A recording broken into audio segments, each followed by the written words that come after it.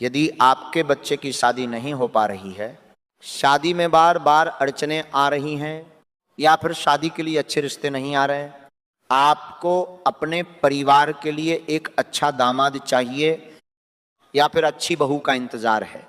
रिश्ते आते हैं, बात भी आगे बढ़ती है, लेकिन आखिर में कहीं ना कहीं बात बिगड़ जाती है और रिश्ता तय नहीं हो पाता।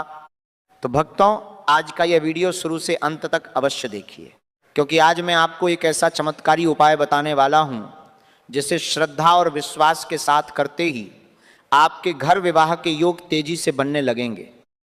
भगवान की कृपा से आपके घर भी जल्द ही शहनाइयां गूंजेंगी। यदि आपके बेटे या बेटी की उम्र 25-30 वर्ष या उससे भी अधिक हो गई है, फिर भी लगातार विवाह में विलंब हो रहा है, तो संभव है कि उनकी जन्म कुंडली में कोई न कोई दोष सक्रिय हो। यदि कुंडली पूरी तरह अनुकूल होती तो अधिकांश लोगों की तरह समय पर विवाह हो चुका होता। भक्तों, आज मैं आपको कुंडली दोष के निवारण के लिए एक बहुत ही सरल, प्रभावशाली और बेहद सस्ता उपाय बताने जा रहा हूं। इस उपाय को आपको केवल एक ही दिन करना है। यदि इसे पूरे विश्वास और नियम के साथ किया जाए तो विवाह के योग शीघ्र बनने लगते हैं।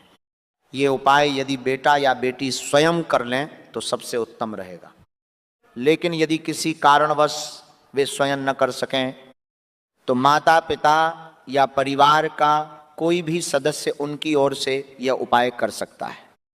और यदि आपका बच्चा नौकरी या पढ़ाई के कारण घर से दूर रहता है तो उसके लिए भी इस वीडियो के अंत में एक विशेष तरीका बताऊंगा।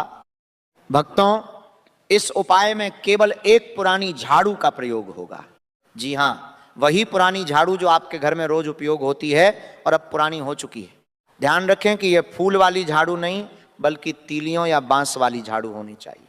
अब आपके मन में प्रश्न आएगा कि आखिर झाड़ू ही क्यों? तो धार्मिक मान्यताओं के अनुसार झाड़ू को माता लक्ष्मी का प्रतीक माना जाता है। यही कारण है कि दीपावली और लक्ष्मी पूजन के अवसर पर लोग नया झाड़ू भी घर लाते हैं।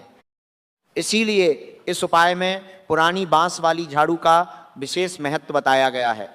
भक्तों, ये उपाय आपको किसी भी गुरुवार के दिन करना है, चाहे कृष्ण पक्ष हो या शुक्ल पक्ष, कोई भी गुरुवार चलेगा। लेकिन लड़के और लड़की के लिए इस उपाय की विधि में थोड़ा सा अंतर है।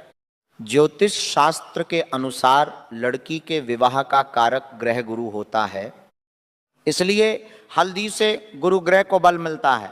वहीं लड़के के विवाह का कारक ग्रह शुक्र माना जाता है, इसलिए दही या सुगंधित इत्र से शुक्र ग्रह को बल प्राप्त होता है।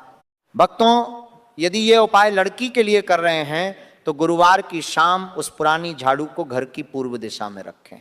1 चम्मच हल्दी को 3 से 4 चम्मच पानी में मिलाकर पतला घोल तैयार करें। अब उस हल्दी के घोल के कुछ छींटे झाड़ू पर लगाएं। छींटे लगाते समय भगवान विष्णु का ध्यान करें और हाथ जोड़कर प्रार्थना करें, हे प्रभु, हमारी बेटी, यहाँ बेटी का नाम लेके विवाह के योग शीघ्र बनाइए। यदि ये उपाय लड़के के लिए कर रहे हैं तो उसी प्रकार झाड़ू को पूर्व दिशा में रखें। अब झाड़ू पर दही के कुछ छींटे लगाएं। यदि दही उपलब्ध न हो तो किसी भी सुगंधित इत्र का प्रयोग कर सकते हैं। इसके बाद भगवान विष्णु का ध्यान करते हुए प्रार्थना करें, हे प्रभु, हमारे बेटे, यहाँ बेटे का नाम लें कि विवाह का योग शीघ्र बनाइए। झाड़ू को प्रणाम करने का अर्थ है कि आप माता लक्ष्मी और भगवान विष्णु का आशीर्वाद प्राप्त कर रहे हैं। इसके बाद झाड़ू को पूर्व दिशा में किसी दीवार के सहारे रख दें और अगले दिन की प्रक्रिया पूरी करें।